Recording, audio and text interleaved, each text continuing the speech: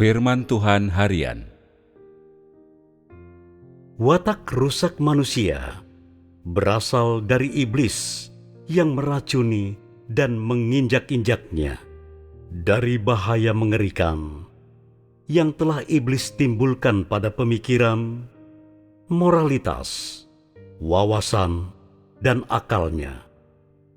Justru karena semua hal mendasar manusia ini telah dirusak oleh iblis dan sepenuhnya tidak lagi serupa dengan bagaimana Tuhan menciptakan mereka di awal.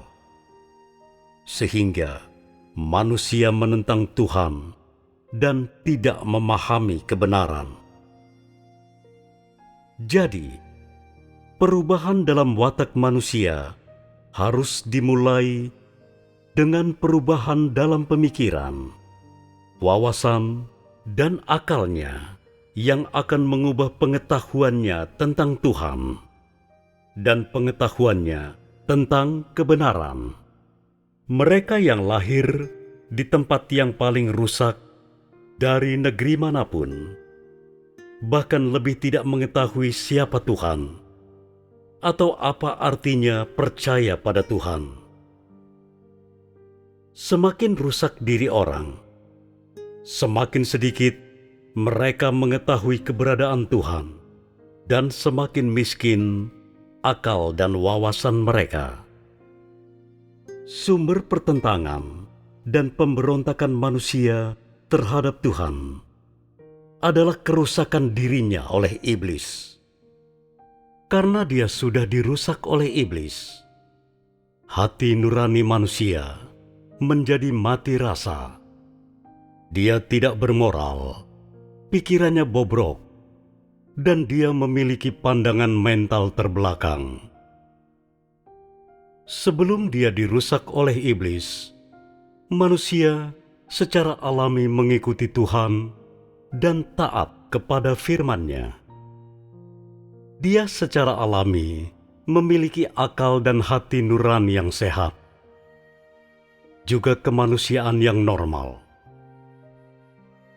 Setelah dirusak oleh iblis, akal, hati nurani, dan kemanusiaannya yang asli menjadi tumpul dan dilemahkan oleh iblis.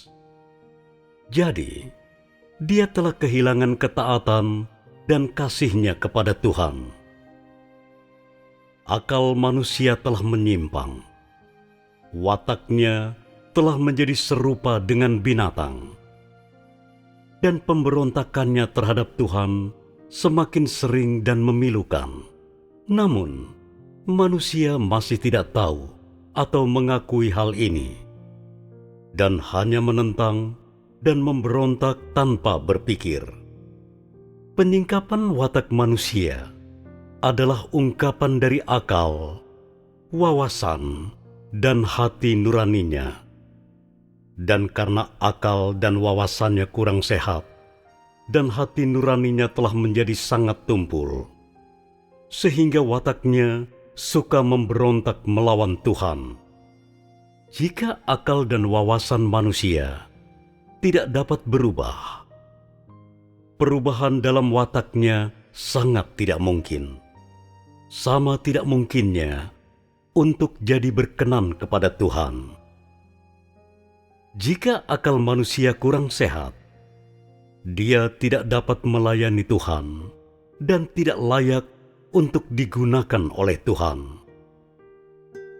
Akal yang normal mengacu pada taat dan setia kepada Tuhan, merindukan Tuhan, bersikap teguh terhadap Tuhan, dan memiliki hati nurani terhadap Tuhan.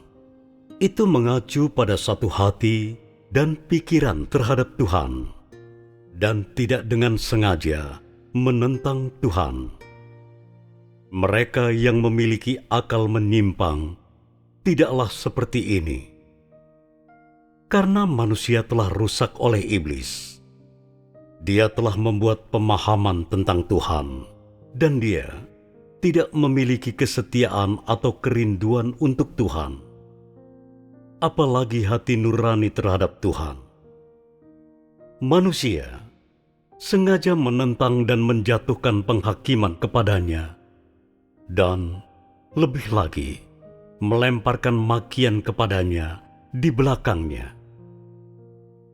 Manusia jelas mengetahui bahwa Dia adalah Tuhan, tetapi masih menjatuhkan penghakiman kepadanya di belakangnya, tidak berniat untuk taat kepadanya, dan hanya membuat tuntutan dan permintaan membabi buta kepada Tuhan.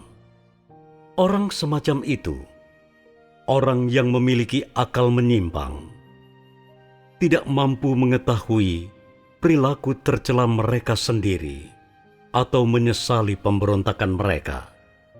Jika orang mampu mengetahui diri mereka sendiri, maka mereka telah mendapatkan kembali sedikit akal mereka.